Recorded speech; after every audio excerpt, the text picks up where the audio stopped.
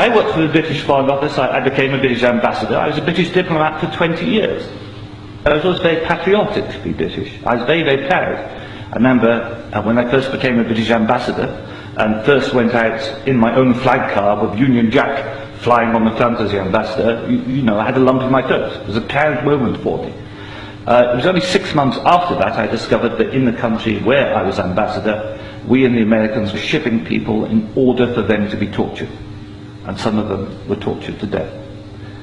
Now, as you may imagine, my worldview changed. It was at the same time, about a month later, we invaded Iraq against the will of the Security Council. Not just without permission of the Security Council, but in the full knowledge that if it had gone to the Security Council, we would have been voted down.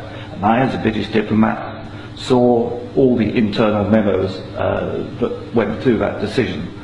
I know for certain, I used to be head of the FCO unit that monitored Iraqi weapons of mass destruction. And I know for certain, I can tell you, that they knew there weren't any. It wasn't a mistake, it was a lie. I think it is impossible to be proud of the United Kingdom. I think when we invaded Iraq, we did to the United Nations what Hitler and Mussolini did to the League of Nations.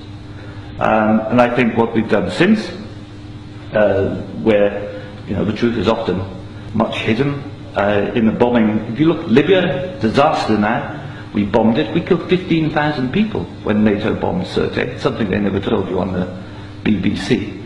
And did we make it better? No. I saw in Uzbekistan, I saw the gas contract signed by Enron and a company called Unocal, which George Bush Sr. was on the board, to dig out gas pipelines from Uzbekistan and Kazakhstan over Afghanistan down to the Indian Ocean. And that was actually what the Afghan war was about. They'd actually had talks with the Taliban and Unocal to see if the Taliban would provide pipeline security. The person who held